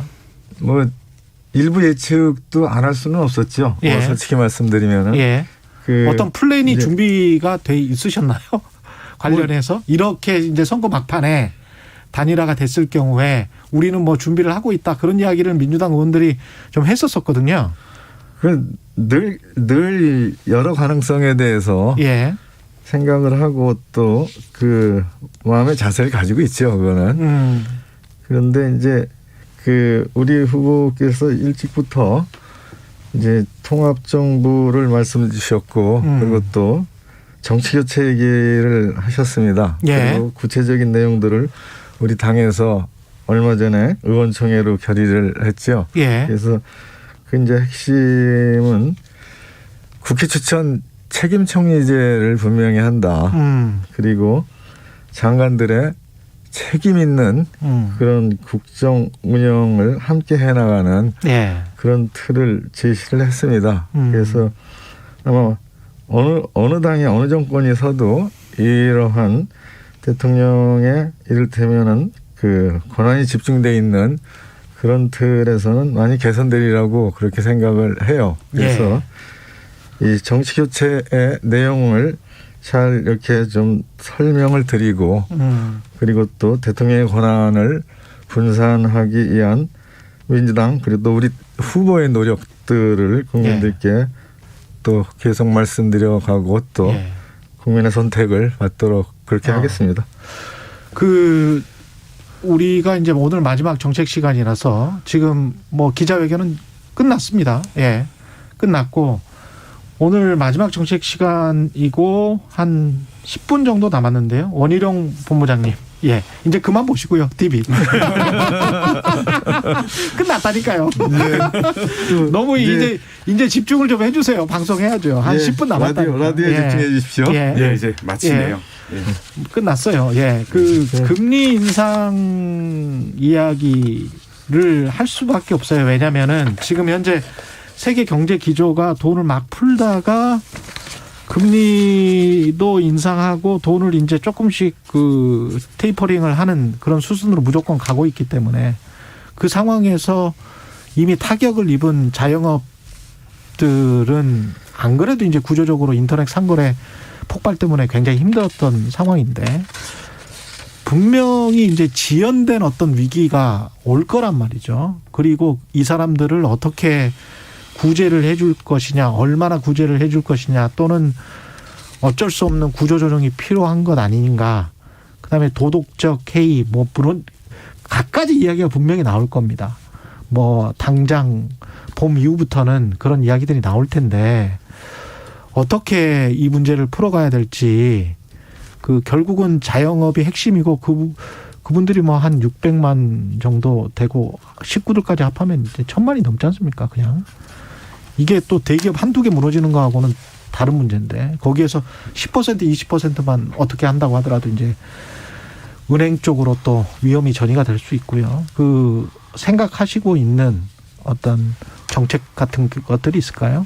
컨틴전시 플랜이라고 해야 될까요? 긴급 어떤 위기 상황에서의 계획 같은 게 있을까요? 예. 이 새 정부의 가장 시급하고 어려운 문제가 지금 말씀하신 바로 그 코로나로 인한 피해가 누적돼 있는 상태에서 앞으로 자영업자를 중심으로 한 우리 경제 취약계층들의 이후에 경제 회복들을 어떻게 가져갈 거냐. 이 부분이 매우 정밀하고 기존의 고정관념을 뛰어넘은 정책들이 많이 필요할 거라고 생각합니다. 우선 가장 필요한 것은요, 그동안의 고정비용의 누적으로 인한 타격. 그러니까 벌어봐야 기존의 손실을 메꾸느라고 일어설 수가 없는, 그렇게 되면 전체 의욕을 상실할 수 있는 문제가 있거든요. 그렇죠. 이 부분에 대해서는 그러니까 지속적으로 그 일하지 않고 보상을 준다라는 게 아니라 이미 벌어진 일들에 대해서는 그걸 어떻게 보면 뭐랄까요, 메꿔주는, 그렇게 해서 새롭게 출발선에 설 수 있도록 하는 의미에서는 손실 보상이 불가피하다고 생각합니다. 이거는 뭐 지금 추경을 가지고 뭐 17조 했냐 몇 조 했냐 이거 서로 공방하고 있는데요. 사실 무의미하고요. 이건 어느 정권이든 해줘야 되는 겁니다. 네, 그럼 그 다음에도 예를 들어서 경쟁력이 약한 부분에 대해서 계속 돈을 대줄 거냐? 그건 아니죠. 그거는 힘들겠죠. 그 부분은 앞으로 그 자영업들도 보다 좀 더 이 뿌리가 튼튼한 일자리들로 이게 전환될 수 있도록 해야 되죠. 지금 일자리의 문제가요, 하나는 꽃꽂이용 일자리, 그다음 하나는 너무나 그냥 빽빽하게 서로를 잡아먹는 밀식된 일자리, 이런 게 문제거든요. 서로 뿌리가 튼튼하고 자기의 성장 공간을 가질 수 있는 그러한 미래형 기업들, 그리고 성장형 기술 기반 기업들, 그리고 세계를 향한 이런 넓은 시장 기반 기업들, 이런 것들이 많이 만들어져야 되겠죠. 근데 지금 예산으로 억지로 만들어내는 공공형 일자리는 꽃꽂이 일자리라고 할 수가 있고요. 그다음 자영업들이 서로 떠밀려서 할 수 없이 서로 경쟁하다가 망해가는 이 부분은 밀식해서 서로를 잡아먹는 이런 일자리입니다. 이런 것들이 생태계 자체를 바꿔 나가는데 하루아침에는 안 되겠고요. 근데 이러한 산업 내지는 앞으로의 전환 정책을 반드시 써야 되고요. 길어져서 미안한데요, 마지막 하나는 아까 말씀하신 것처럼 금리 말씀을 하시는데 금리는 미시 정책이 아닙니다. 모두에게 똑같이 온도 내지는 강수량을 조절하는 정책이거든요. 근데 금리는 우리 정부가 독자적인 그 조절 권한이 없어요. 미국이 그 달러 금리가, 국제 금리가 올라가게 되면 거기에 따른 온도 차, 그리고 거기에 따른 습기 차이를 줄이기 위해서 우리는 조정할 수밖에 없고요. 거기에 따라서 우리 그 영끌한 주택 구입자라든지 자영업자들에게 타격이 오는 부분들은 그 부분에 대한 파인 튜닝, 미시 조정 정책을 통해 가지고 위기를 넘기는 그런 정책들을 펴야 되겠죠. 윤호덕 본부장님, 그 자영업 대책 좀 말씀을 해 주십시오. 어렵죠. 지금 이제 오미크론이 확산되면서 우리가 기대했던 만큼 위기 극복을 못 해내고 있습니다. 그 부분은 정말 죄송하다는 말씀을 드리고요.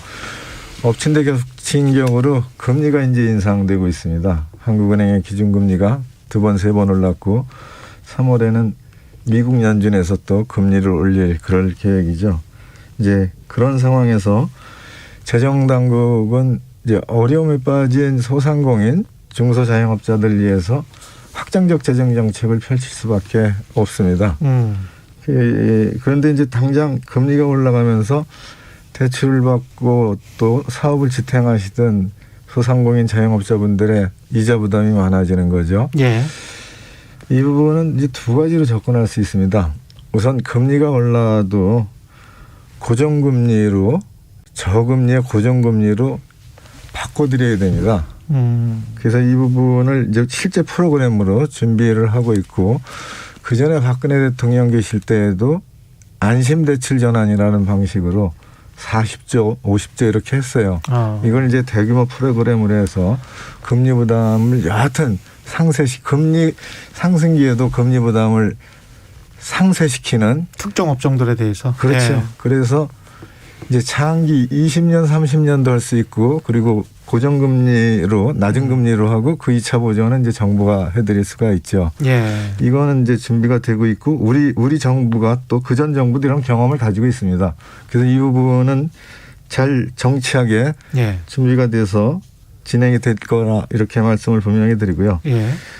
이제 두 번째는 원희룡 본부장님 말씀 주셨듯이 코로나 발생 이후서부터 지금까지 인건비나 그리고 또 월세 내고 이런 고정비 지출에 대해서 그동안 제대로 보상을 못 해드렸죠. 그건 뭐 사실이고 시인합니다.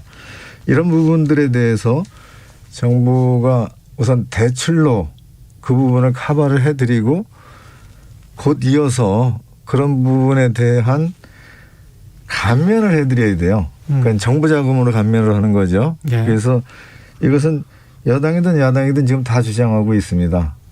그래서 이런 부분들을 여야가 합의해가지고 정부하고 협의해서 고정비, 인건비, 이 월세 이런 부분들은 상당히 감면할 수 있게 예. 그렇게 준비를 하고 있다는 말씀을 드립니다. 예. 그래서 시간이 한 3분밖에 안 남았어요. 예. 그래서 제가 어려움에 처한 중소상공인이라 할지라도 예. 희망을 놓지 않게 그렇게 준비하고 있다는 말씀을 드리고요. 예.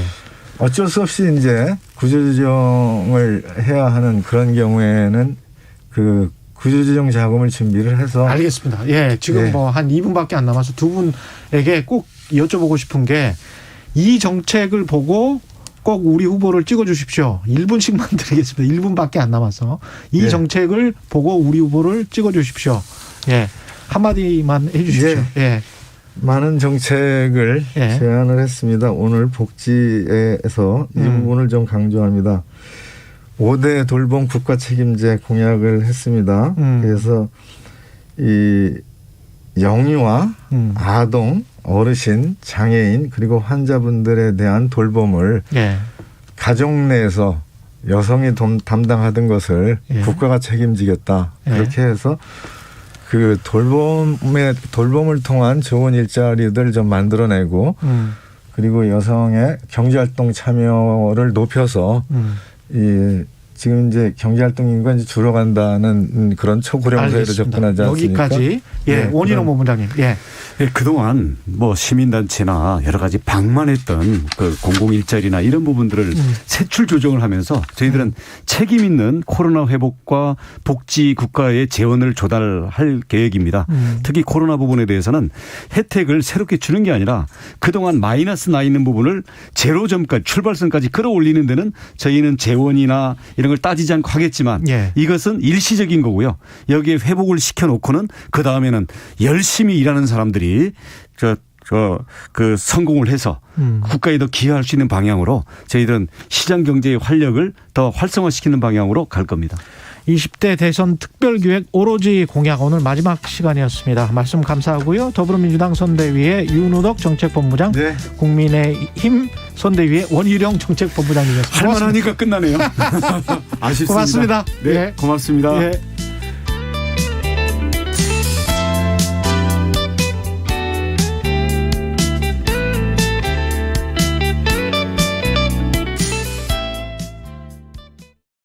잠시 후 8시 반부터 일부 지역국에서는 해당 지역 방송을 보내드립니다. 인생에서 가장 중요한 건 역시 사랑이죠. 그 사랑을 위해 경제 공부도 꼭 해야 합니다. 여러분이 사랑하는 사람을 행복하게 해줄 알짜 정보만 쏙쏙 전해드리는 홍사원의 경제쇼. 오후 4시 5분 불타오르는 열정으로 준비하겠습니다.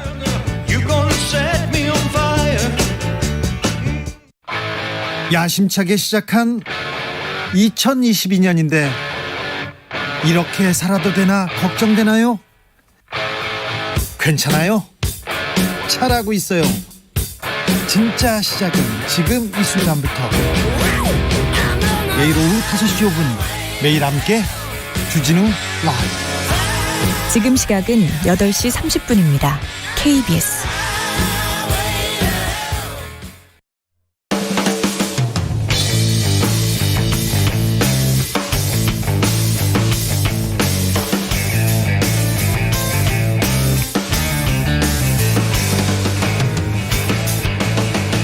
최경영의 최강 시사.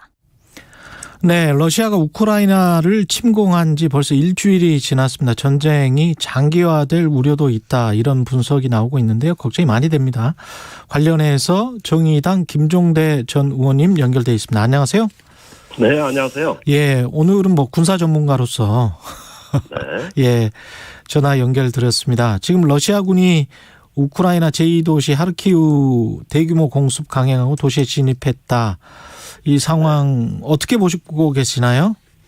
예, 말씀하신 대로 제2도시뿐만이 아니라 그 수도라고 할 수 있는 키이우. 예. 이제 거기도 그 거의 포위 작전으로 지금 들어가고 있기 때문에. 그렇죠. 예, 제가 보기에는 이제 두 가지 단계로 예상이 되는데. 예. 우선은 수도에 대해서는 봉쇄 작전을 먼저 하고 그다음에 시가전에 진입하지 않을까. 그러니까 지금 그 러시아군으로선 최대 난제가 이렇게 도시 외곽에 주둔하는 것보다는 시가지 전투가 가장 그 난제 중에 난제거든요.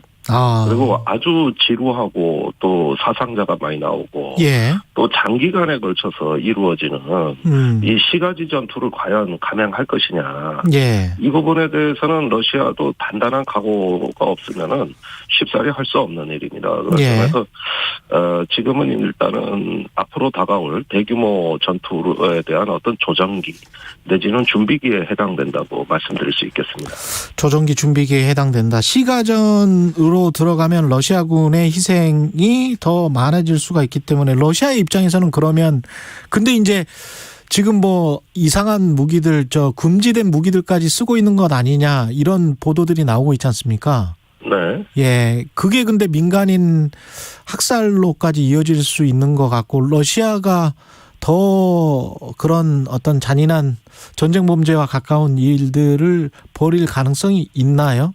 전쟁이 이렇게 자기들 원하는 대로 잘 안 되면?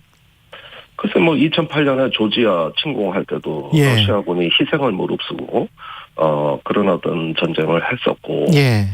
이후에는 비교적 쉽게 크림반도나 뭐 러시아 동부, 우크라이나 동부에서 전투를 했습니다만은 저는 충분히 그럴 가능성이 있다고 봅니다. 그래요?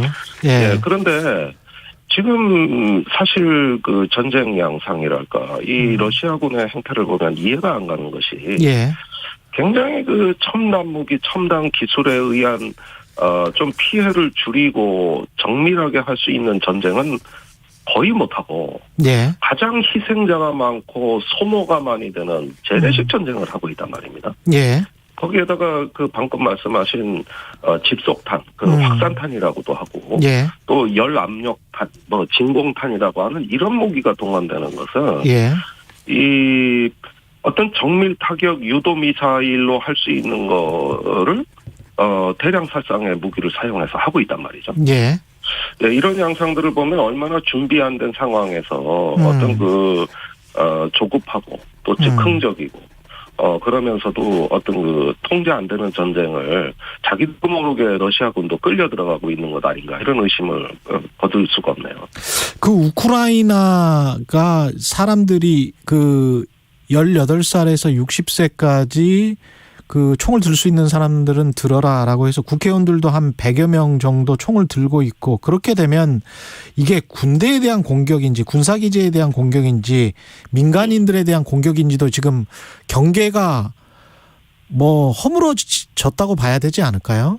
이렇게 되면. 전쟁이라 그러면 원래 그 민간인을 그 살상해가지고는 사실은 공포 효과는 있겠지만은 전쟁의 양상을 못 바꾸거든요. 그렇죠. 상대방의 전략의 중심, 즉 전쟁 지휘 지도부나 군대를 타격해서 일단 무력화하는 것이 원칙인데 예. 이번의 경우에는 좀 기이한 양상이 나타나는 게 중심이 러시아 국민이 돼버렸습니다. 그랬죠. 그러니까 예. 지금 러시아 전쟁 지도부나 군대의 역할보다는 말 그대로 그 맨주먹으로 일어서는 그렇죠. 이런 어떤 러시아 국민 자체가 중심이 돼 버려 가지고 우크라이나 국민, 우크라이나. 예, 죄송합니다. 예. 우크라이나 국민이 중심이 돼 버려서 이럴 경우에 이제 완전히 그 러시아 군대가 어떻게 이걸 통제하고 제압할지를 몰라서 그렇죠. 허둥대거나 허우적거리는 예. 이런 양상의 전쟁이 돼버렸어요. 그러니까 이 점에 있어서는 애초 무혈 입성을 할 거라고 봤던 푸틴의 오판. 예. 그러니까 3일치 식량밖에 안 줬다는 거 아닙니까? 3일 만에 러시아군이 저항 없이 다 점령할 것이다. 예. 이건 무혈 전쟁이다. 이렇게 봤던 어떤 그 계산이 완전히 붕괴돼 나가고 있는 것이고요. 그런 점에서 이것은 러시아의 전쟁이라기보다는 푸틴의 독단의 전쟁이다. 그런 분들은 펜타곤이나 외신에서도 계속 나오고 있는 상황입니다. 어떻게 보면 우크라이나가 잘 방어를 하고 잘하고 있는 것 같기도 한 게 러시아군의 사기도 좀 많이 떨어진 것 같아요. 외신 보도들을 보니까 우리와 똑같이 생긴 사람들이다. 그러면서 이제 사실은 슬라브 민족 러시아도 강조를 해서 그런 전쟁을 일으켰는데 들어가서 러시아 군인들이 생각하는 거는 같은 민족인데 어떻게 이제 쏘지? 이런 어떤 굉장히 군인들 자체도 혼란스러워하는 것 같고 이런 게 이제 사기에 영향을 미치고 전쟁을 못하게 스스로 내부에서 무너지게 하는 효과도 있는 거 아닙니까? 이렇게 되면? 자, 그런 현상이 벌어진 근본적인 이유는 푸틴이 자신의 계획을 주변의 측근들에게조차 밝히지도 않고 직접 명령을 하달했다는 거예요. 그렇게 되면 군대가 지금 본인들이 무슨 전쟁을 하고 있는지 몰랐던 겁니다. 그러니까 심지어 러시아의 어떤 주요 지휘관들조차도 일단 가라 그래서 가긴 하는데 뭘 어떻게 하라는 거지? 몰랐다는 거예요. 그러니까 전쟁의 목적, 계획, 향후의 어떤 전쟁 이후까지 고려한 어떤 그 머릿속에서의 작전의 구상이 없는 가운데서 일단 들어오고 뭐부터 본 거거든요. 그렇죠. 그렇게 되니까 어떻게 될까요? 준비가 부족하겠죠. 식량, 연료, 그다음에 예비 부품이 공급이 안 되고 병참, 이게 전혀 물류가 공급이 안 되고 그 소규모 대대 연대 단위의 어떤 전투 부대만 준비 없이 투입이 되다 보니까 나중에 포로로 잡힌 러시아군이 훈련하는 줄 알았다. 또 식량이 사흘치밖에 없었다. 이래가지고 먹을 게 없어 길바닥에 나자빠지는 이런 상황까지 갔다는 건 뭐냐? 이 군의 주요 어떤 지휘관들, 중간 관리자들이 어떤 전쟁을 하는 건지 전혀 이해를 못했다는 거예요. 그러니까 사기가 떨어지는 건 그 다음에 당연히 따라오는 거거든요. 그래서 이건 단순히 우크라이나에 대한 어떤 우리 친구다, 감정적으로인 문제라기보다는 애시당초 푸틴이 자기 측근 장군들에게조차도 전쟁 계획을 설명하지 않고 독단으로 밀어붙이는 결과 전체 집단이 이해를 하지 못하는 말하자면 목적 없는 군대로 이것이 전쟁이 시작이 됐다는 것이죠. 그 서방의 대응은 어떻게 평가를 하세요? 일단 경제 제재는 아주 세게 하고 있는데 그러니까 푸틴의 또 다른 오산이 여기서 나타나는 건데 그 유럽을 비롯한 그 서방 국가들이 이렇게 신속하게 단결돼서 러시아를 규탄 제재하고 우크라이나를 지원했다. 이 부분은 푸틴이 예상을 못했던 부분입니다. 사실 대표적으로 독일인데 독일은 원래 국방 예산을 안 늘리고 좀 나토에서도 따로 노는 경향이 있었는데 이번에 국방 예산 대폭 늘리겠다 그러고 무기까지 우크라이나에 공급하고 있단 말이죠. 그렇죠. 또 유럽연합 전체가 그 러시아 항공기의 유럽 비행을 금지시켰다. 그다음에 스팅어 대공 미사일과 자블린 대전차 미사일을 유럽에서 우크라이나로 지원하고 심지어 핀란드까지도 이런 중립지대에 있는 나토 국가가 아닌 핀란드 국가까지도 우크라이나 지원을 하고 나섰다. 이거 예상했을까요? 저는 오히려 반대로 예상했을 거라고 봐요. 푸틴은 결국 나토 동맹국도 아닌 우크라이나에 개입 못할 것이다. 이렇게 안이하게 예상하고 쳐들어간 건데 예. 막상 가보니까 오히려 고립되는 건 러시아더라는 거죠. 근데 이제 그 실제로 군대 나토군이랄지 미군이 개입을 하지 않으면 이게 활용 면에서는 뒤질 수밖에 없는 거는 사실이지 않습니까? 우크라이나가? 예, 지금도 사실은 그렇습니다. 예. 아무리 개입을 한다 하더라도 지금 러시아의 허를 찔렀기 때문에 이렇게 교착 상태가 된 것이지. 그렇죠. 사실은 제대로 개입했더라면 그렇다면 우크라이나의 어떤 저항이 그렇게 효과적이지 못했을 것이다. 전 그렇게 보거든요. 예. 그럼에도 불구하고 서방 사회가 사실은 굉장히 단결되고 러시아에 대한 경제 제재가 이제 가해지니까 사실은 군사력만으로 우크라이나를 제압하기에도 러시아 역시 상당한 걸림돌이 생긴 상황입니다. 예. 그런데 사흘 전에 푸틴이 러시아 핵 경계 태세, 준비 태세를 강화하라고 지시했죠. 네. 저는 그게 굉장히 큰 의미가 있다고 봅니다. 지금부터 이제 우크라이나에 대한 항공 작전이 진행되고 시가전이 진행되면은 서방 사회가 더 러시아를 압박을 가할 가능성이 높거든요. 예. 그리고 어쩌면은 나토하고 충돌할 가능성도 있습니다. 그래서 사전에 경고하기 위함이다. 우크라이나에 개입하지 마라. 그러면 핵위기가 온다. 이걸 미리 경고해 놓고 예. 우크라이나에 대해서 대규모 지상전을 감행하려는 이런 수순으로 간 것 아니냐. 그 핵전쟁 자체가 목적이 아니라 예. 나토의 개입을 여기서 막겠다는 의도처럼 보여진다는 것이죠. 대규모 지상전과 그다음에 공군이 별로 러시아 공군이 그쪽 상공에서 잘 활동을 안 하고 있는 것도 좀 이상하다라는 보도들이 있는데 그건 어떻게 보세요? 그러니까 푸틴이 이제 전쟁의 상식을 뒤집어 엎은 건데요. 예. 그 1991년에 걸프 전쟁이 있었지 않습니까? 예. 그때 미군이 43일간 전쟁 중에 39일이 항공전입니다. 예. 그래서 먼저 현대전은 항공으로 그렇죠. 적을 제압해 놓고 지상전은 맨 나중에 들어가는 거거든요. 그랬었죠. 그런데 이번에 어떻습니까? 러시아가 지상전을 하고 항공전을 안 했어요. 그러니까 러시아의 첨단 전투기, 헬리콥터, 드론 이런 전력을 활용 안 했던 것이죠. 왜 그러는 거죠? 러시아는? 아니 이제 무혈 입성할 거라고 봤어요. 처음부터. 예. 그런데 그 예상외로 저항이 있고 그런데 오히려 드론을 활용하는 거는 러시아군이 아니라 우크라이나군이. 그랬습니다. 예, 이런 것만 보더라도 지금까지 그 러시아가 준비해온 첨단 기술과 새로운 현대전의 전투 교리, 러시아 군대는 절대 삼류 군대가 아닙니다. 거기에도 심오한 군사 이론과 첨단 기술, 위성 감시, 정찰 복합 네트워크 다 준비되어 있어요. 예. 못 써먹은 거거든요. 네.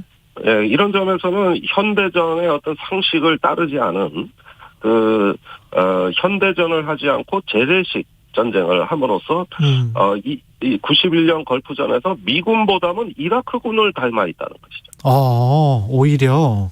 예, 그다음에 전투 행렬이 장갑차, 전차, 보급 차량 해가지고 60km 가까이 쭉 늘어서서 이제 오고 있는데 그게 91년 걸프전에서 이라크군이 죽음의 고속도로에서 10만 명이 사망한 그 행렬하고 비슷한 거 아닙니까? 그렇죠. 다 노출이 돼 버리는데. 예. 그렇습니다. 보호도 못 받고. 예. 예, 이런 점에서 이거는 상식의 실패다. 예, 그 점에서 푸틴의 독단의 전쟁이 이건 러시아 전쟁이 아니라 푸틴의 전쟁이었다는 것이죠. 예, 그 푸틴의 전쟁이 이제 실패했으면 하는 게 이제 전 세계인들의 바람이긴 바람일 텐데 그리고 사상자가 이제 어떻게든 덜 나고 그냥 전쟁이 끝났으면 최고기는 하죠. 근데 전쟁의 양상은 어떻게 진행될 거라고 객관적으로 보세요? 마지막으로. 예, 일단은 저는 그 미국이나 서방이 너무 푸틴하게 굴욕감을 줘서 고립시키는 것도 이제는 좀 제고하면서 신중해야 된다고 보는 것이 예. 푸틴이 무슨 짓을 할지 몰라요. 그러니까 대규모 지상전을 감행하면은 이건 대량 살상이 불가피하거든요. 그럼요. 예, 장기간에 걸쳐서 또 전쟁이 진행되고 일단은 이것은 좀 예방하고 막아야 될 것 같습니다. 그런 면에서 우크라이나, 러시아 회담에만 기대를 걸지 말고 이제는 서방이 러시아한테 출구를 제시하면서 압박을 해야 될 것 같아요. 출구를 제시하면서 압박을 해야 된다. 예. 네. 네, 그런 점에서 강원 양면의 어떤 대책이 있어야지 푸틴이 지금 실패했다고 해서 이제 너무 얕보고 또 깔보면서 이렇게 압박을 하게 되면 더 위험해질 수도 있으니까. 그렇죠. 문제는 대규모 지상전, 시가전만큼은 막아보자. 이런 면에서 서방의 개입이 필요한 시간이라고 생각합니다. 알겠습니다. 마이너스 원님도 러시아 제재를 더 이상 압박하는 것도 좋지 않다고 봅니다. 비슷한 의견이시고, 송대현님, 푸틴이 그렇게 허술한 사람이 아닐 거라는 걱정도 드네요. 고병성님, 베트남전 청룡부대 분대장으로 있던 50여 년 전 기억이 새삼 떠오릅니다. 아유, 어르신이군요. 예. 어떤 경우에도 전쟁은 절대 안 됩니다. 이런 말씀 하셨습니다. 예, 오늘 군사 전문가로서 또 정의당 김종대 전 의원님 전화로 연결해 봤습니다. 고맙습니다. 예, 감사합니다. 예, KBS 1라디오 최경영의 최강시사 듣고 계신 지금 시각은 8시 45분입니다. 네, 도로 위에 돌발 구간이 평소보다 많은 출근길입니다. 앞차와의 안전거리 유지하면서 천천히 지나셔야겠는데요. 먼저 경부고속도로입니다. 서울 방향으로 김천분기점에서는 3차로에서 승용차 단독 사고를 처리하고 있습니다. 기흥에서 수원까지 천천히 가고요. 달래내 부근에서 반포까지 속도 줄여서 지납니다. 반대 부산 쪽으로는 한남에서 서초까지와 신갈분기점에서 수원까지 밀리고요. 오산에서도 속도 못 내고 있습니다. 경인고속도로 서울 쪽으로 서인천에서 부평진 출로까지 천천히 가고요. 부천에서 신월까지 막히고 있습니다. 한편 영동고속도로 상황은 강릉 쪽인데요. 서창분기점에서 월곶분기점까지 막히고 있습니다. KBS 교통정보센터에서 정현정이었습니다. 여러분은 지금 KBS 1라디오 최경영의 최강시사와 함께하고 계십니다. 네, 3월부터 방역 패스 사용이 중단됐고 신규 확진자는 220만 명가량. 정부는 사회적 거리두기 완화도 지금 고려하고 있는 상황인 것 같고요. 가천대학교 의과대학 예방의학과 정재훈 교수님 연결돼 있습니다. 안녕하십니까? 네, 안녕하세요. 예, 지금 하루 평균 한 20만 명 정도. 근데 실제 확진자는 이것보다는 분명히 어떤 전문가분은 6배에서 7배는 봐야 된다 이렇게 이야기를 하시던데요. 저는 그 정도까지 많을 것이라고 생각하지는 않고요. 예. 하지만 지금은 감염자와 확진자를 구별해서 볼 필요가 있는데요. 예. 델타 변이 유행 때까지 우리나라는 전체 감염자 중에 약 절반 정도를 찾아낸 것으로 보입니다. 하지만 오미크론 변이 시기에서는 감염이 워낙 빠르게 늘어나고 있기 때문에 예. 저는 전체 감염자 중에서 2분의 1에서 3분의 1 정도를 찾아내고 있다고 생각을 하고요. 그러면 2-3배 정도는 더 있다? 네, 예. 2-3배 정도는 감염되거나 아니면 예. 무증상인 상태의 분들이 더 있으실 것으로 생각을 하고 있습니다. 지금 그러면 아주 간단하게 계산해서 20만 명이라면 50만 명에서 60만 명 정도는 하루에 매 평균 감염되고 있다 이렇게 봐야 되는 건가요? 그 정도의 가능성은 있다고 충분히 인정할 수 있습니다. 그러면 100일이면 5천만 명이 다 감염되는 건데요. 지금 300만 명, 공식 숫자로도 한 350만 명 정도 되는 것 같은데 그러면 그 집단 감염으로 이렇게 가는 지금 상황인가요? 어떻게 보십니까? 지금 상황은? 유행 곡선 같은 경우에 급격하게 올라갔다가 자연스럽게 감소하는 경향들을 보이는데요. 예. 이런 것들이 백신 접종과 감염을 통해서 면역 수준이 매우 높아지게 되면 그때부터는 집단 면역이 형성이 되면서 자연스럽게 감소하는 것입니다. 예. 지금은 이제 확진자가 20만 명 정도 나오고 있는 상태이고 예. 앞으로도 1주, 2주 정도는 조금 더 증가하는 시기가 있을 수 있다라고 생각을 하는데요. 예. 하지만 이제 여러 가지 모델 결과를 봤을 때에는 앞으로 2주 정도면 정점에 도달할 것으로 보이고 예. 그리고 그 다음부터는 면역 수준이 높아지면서 자연스럽게 감소하는 기간이 올 수 있을 것으로 기대하고 있습니다. 예, 집단 면역 수준에 다다르는 앞으로 한 2, 3주.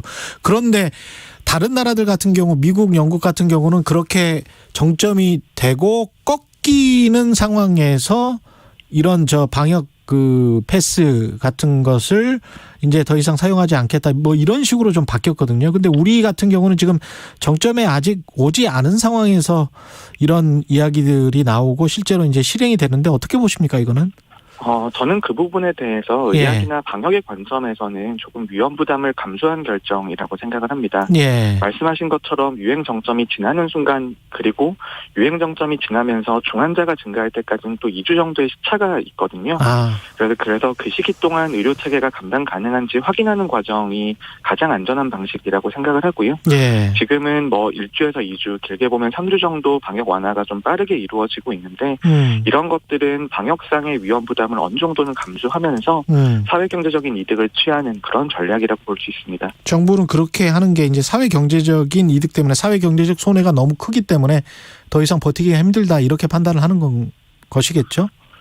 그런 판단도 있을 겁니다만 저는 그래도 지난 2년 이상 국민들께서 방역에 적극적으로 잘 참여를 해주셨기 때문에 국민들께서 방역에 참여하시려는 의지가 충분히 있다라고 생각이 들거든요. 그래서 조금 더 안전한 방식이 있을 수 있었다라는 점을 말씀드리고 싶은 겁니다. 그러면 사실상 개인의 자율로 점점 영역이 그렇게 가고 있는 건데요. 국가가 개입을 해가지고 이제 방역 패스 규제를 하고 어떻게 보십니까? 의료나 병상이 이게 감당이 가능할까요? 앞으로 한 달 동안 지금 말씀하시는 거 들어보니까 이런 방역 완화가 가능한 근거는 있습니다. 우리나라가 백신 접종률이 매우 높은 상태이고 특히 오미크론 변이가 백신 접종을 완료하신 분들에게는 매우 중증화율이 떨어져 있는 상태이기 때문에 의료 체계가 어느 정도 감당 가능할 것이라는 생각은 있습니다만 중요한 것은 예측 결과에서도 중환자가 현재 중수본이 발표하기로는 약 2,500병상 정도의 중환자 병상이 있는 것으로 발표를 하고 있는데요. 근데 유행 정점에서 특히 중환자의 정점에서도 2,500명 아래로는 예상 결과가 나오고 있습니다만 실제로 입원해 계신 중환자 숫자와 그다음에 병상을 점유하고 있는 숫자 사이에서는 조금 차이가 있거든요. 어제 기준으로 보더라도 재원 중환자 수는 700명대로 보고가 되었지만 실제 병상은 1,300병상 정도 사용하고 있는 것으로 나와 있습니다. 거의 2배네요? 네, 그렇기 때문에 지금 만약에 2,500명 정도의 재원 환자가 나온다라고 하더라도 그런 병상의 점유분까지 생각한다라면 중환자 병상이 약간은 어려울 수도 있겠다라는 생각이 들고요. 지금은 중환자 정점이 올 때까지 3주에서 4주 정도의 시간이 남아있기 때문에 그 기간 동안 어떻게 더 중환자 병상을 효율적으로 활용할 수 있을지에 대한 고민이 필요한 시점이라고 봅니다. 이게 왜 이렇게 차이가 나는 겁니까? 700명, 1,300명? 재원 중환자 수로 발표하는 경우에는 코로나로 중환자실에서 인공호흡기 치료가 필요하신 분들에 대한 집계가 이루어지는 것이고요. 이제 점유 병상 같은 경우에는 코로나19가 아니더라도 중환자실 치료가 필요하신 분들, 그다음에 인공호흡기를 사용하지 않지만 곧 사용할 가능성이 있는 분들, 그런 분들까지 포함이 되는 통계이기 때문에 이런 차이가 발생합니다. 그러면 의료진 입장에서는 근데 이제 이 1,300명도 굉장히 힘든 지금 상황인데 그게 아까 이제 리미트 한계가 한 2,500명으로 보고 있는데 그게 정부와 이야기하는 발표하는 그 수치 하나만 가지고는 판단하기가 좀 힘들겠네요. 앞으로 한 3, 4주가 정말 큰일이긴 하네요. 네. 중환자의 관점에서는 조금 어려운 시기가 올 수 있다라고 보고요. 델타 변이 때의 경험을 보면 병상 점유율이 80%가 넘어가는 순간부터는 지역 간의 병상 불균형도 발생을 하고요. 지역 간에. 그리고 병상 사이의 이동도 조금 어려워져서 병상 운영에 있어서 큰 애로사항들이 많습니다. 그렇기 때문에 중환자 병상의 관점에서는 조금 더 신중하게 지켜봐야 될 필요가 있는 것이죠. 사망자 수는 어떻습니까? 사망자 숫자는 어떻게 예상을 하세요? 지금 100명이 넘은 날이 꽤 있었는데. 사망자 숫자는 저희가 예상하기로도 당분간은 계속해서 지금 정도의 수준이 유지가 될 것으로 보이고요. 그리고 중환자의 정점에 도달하고 나서도 사망자의 정점은 조금 더 늦게 오는 측면들도 있습니다. 그렇다면 4월 초 정도까지는 지금보다 더 높은 수준의 사망자가 발생할 것으로 보이고 있습니다. 그 아이들 같은 경우에 그 등교를 지금부터 하게 되지 않겠습니까? 3월이면? 그러면 청소년 확진자도 늘 텐데 이거는 교육 현장 방역은 어떻게 평가를 하십니까? 아이들 같은 경우에는 이때까지 교육 결손이 매우 심각했기 때문에 전면 등교로 나아가야 된다라는 방향 자체는 동의를 합니다만 하지만 학교 현장에서는 아직까지 아이들은 백신 접종률이 매우 낮은 편이고 그리고 12세 미만의 아이들은 백신 접종이 아직 시작조차 되지 않은 상태이거든요. 그렇죠. 그렇기 때문에 다른 외부적인 유행 상황에 따라서 학교 내에서도 대규모의 유행이 발생할 가능성이 있다라고 보고요. 하지만 그렇다라고 해서 무작정 등교를 미룬다라고 해서 이 상황을 해결할 수 있는 것은 아닙니다. 특히 언젠가는 이제 학교 내 유입이 이루어지고 그다음에 감염을 한번 치부어봐야지 학교의 대응 역량이 높아진다는 측면이 있기 때문에 조심스럽게 학교의 문을 여는 것은 저는 동의를 합니다만 그 과정에서도 내부에서 집단적으로 감염이 발생을 했을 때 어떻게 대응을 할 것인지 그다음에 아이들의 진단검사와 치료에 있어서 부족함이 없게 하는 준비들은 반드시 필요하다고 봅니다. 예. 학생들 특히 18세, 20세 미만의 그 아이들 같은 경우는 치명률이 굉장히 낮죠. 지금 오미크론도 그런 것이죠.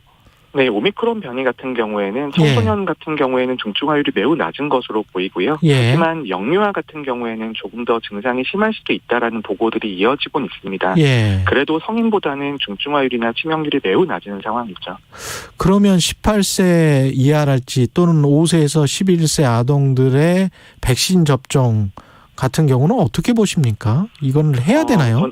저는 12세 이상의 아이 같은 경우에는 백신 접종을 얻을 수 있는 이익이 그래도 어느 정도는 존재한다라고 보고요. 그리고 12세 미만 아이들에 대해서도 백신 접종의 이익이 피해보다 크냐라고 물어보신다라면 접종의 이익이 크다라고는 대답을 드릴 수가 있습니다. 하지만 그 크기의 정도가 얼마만큼 크냐라고 물어보신다라면 다른 성인들이나 12세 이상만큼 크진 않다라고 대답을 드릴 텐데요. 중요한 것은 우리나라의 접종 시점입니다. 현재까지 우리나라의 유행 상황을 봐서는 접종이 진행된다라고 하더라도 1회 접종과 2회 접종 사이에 3주의 간격이 필요하고 그리고 접종이 시작되는 시점이 3월 중순이 넘을 것으로 보이기 때문에 사실상 유행 정점이 지나가고 나서 접종이 시작될 가능성이 있거든요.